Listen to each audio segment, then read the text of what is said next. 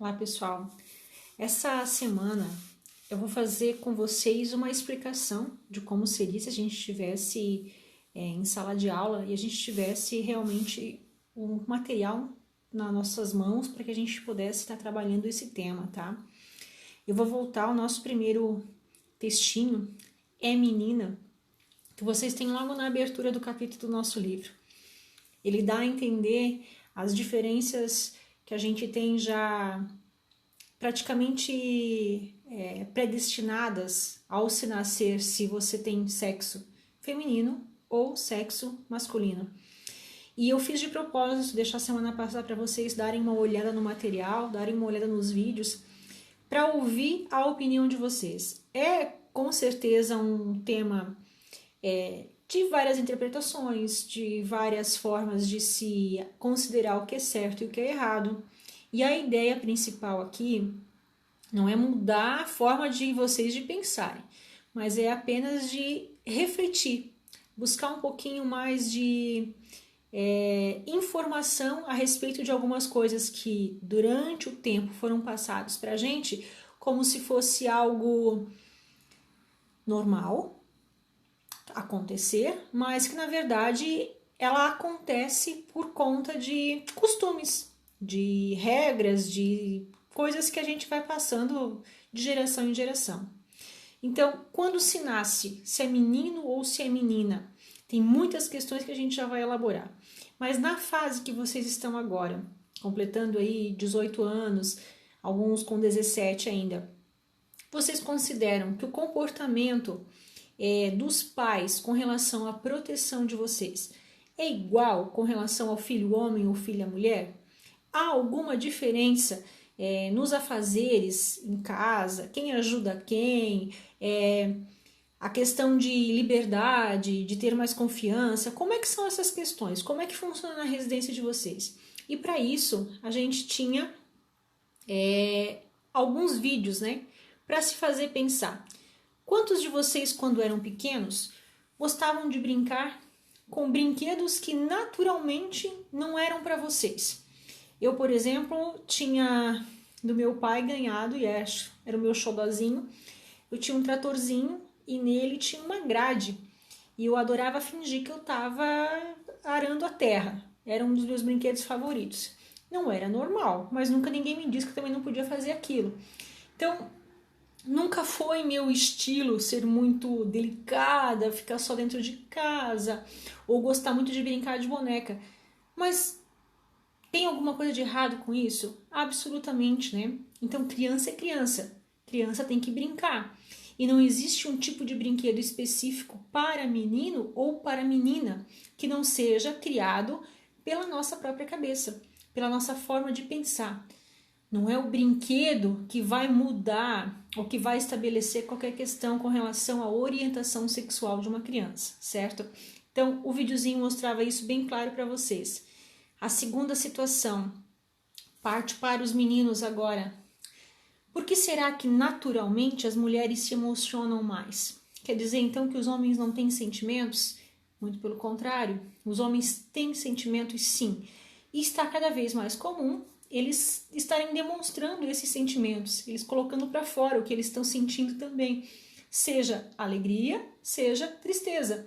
Era muito difícil há um tempo atrás a gente ver ou ouvir tipos de expressões mesmo de amor ou de amizade, de homens para homens, de homens para mulheres e assim por diante. Era como se fosse um sinal de fraqueza, né? E hoje em dia isso está mudando. Ainda tem pessoas que têm preconceito com relação a isso? Sim. Vai fugir ou vai mudar isso de uma hora para outra? Não. É uma questão de padrões, de comportamento.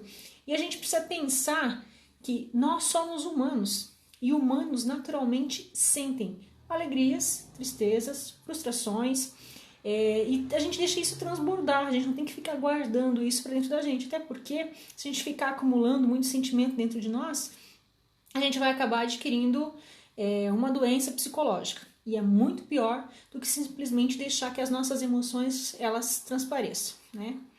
Uma outra situação que tinha ali, que é bastante interessante. A gente conversou bastante nas outras aulas com relação ao preconceito. E aí a gente vai colocar essa situação agora também. O videozinho dizia, a culpa é do vestido. Bom, a imagem mostra uma mulher trabalhando e essa mulher não está vestida de uma forma inadequada. Muito pelo contrário, né? A impressão que dá é que ela é uma secretária, alguma questão assim. E ela está sendo, de certa forma, assediada pelo chefe dela. A questão existe dentro da sociedade uma certa hierarquia, onde os homens acham que são superiores às mulheres. E isso há muito tempo. Então, esse espaço que a mulher está ocupando no mercado de trabalho, ele ainda passa por essa situação, por essa afirmação. E por esse tipo de situação que, de certa forma, traz constrangimento. Não deveria ter necessidade de que alguém tivesse que passar por essa situação no seu trabalho, mas ainda acontece. Então, a mulher, além de provar que ela é capaz de realizar aquele trabalho, que ela tem que ter muito mais formação que um homem, para ela conseguir ter respeito aonde ela for trabalhar, ela ainda tem que superar esse tipo de constrangimento por parte da figura masculina.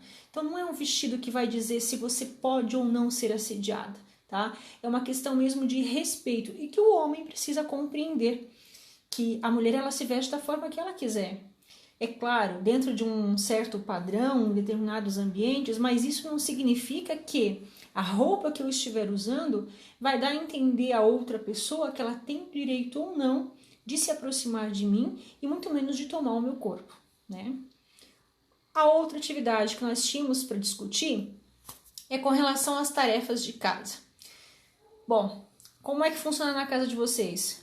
Pai ajuda a mãe? Ou será que eles saem todos os dias para o campo, vão fazer as atividades lá, a mãe está sempre junto, a mãe ajuda, mas chega em casa, a mãe e a filha vão fazer os afazeres na cozinha, vão fazer o almoço, vão fazer as coisas que precisam ser feitas, e o pai e o filho vão tomar um chimarrão. Como é que funciona na casa de vocês? Bom, parece que depois de uma certa idade, como é que é aquele ditado? Não sei o que, nasce torto, nunca mais se endireita. Eu esqueci agora o ditadozinho que era. Mas a ideia central é a seguinte: vocês, meninas, serão as futuras mães. Vocês, meninos, serão os futuros pais.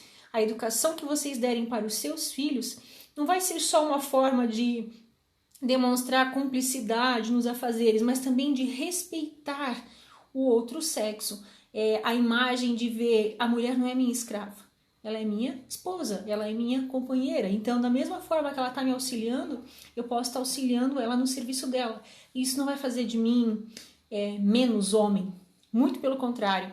Se algum dia, por exemplo, eu tiver que sair de casa, eu tiver que trabalhar fora, eu tiver que morar sozinho, eu vou saber me virar. Não vou precisar ficar dependendo de outra pessoa para fazer os meus afazeres. Então, ao invés de achar que demonstra fragilidade, pelo contrário, vai demonstrar mesmo capacidade de aprender a fazer as coisas e se virar sozinho, certo? Vamos continuando então. Aí ele pedia para vocês fazerem uma reflexão, né? Pensarem realmente como era na casa de vocês, analisarem esses pontos positivos e negativos, o que vocês consideram que deve ser mantido, o que vocês consideram que não deve, que é uma questão mesmo de mudança, de romper um pouco com os privilégios da figura masculina dentro das nossas residências e da nossa sociedade, certo?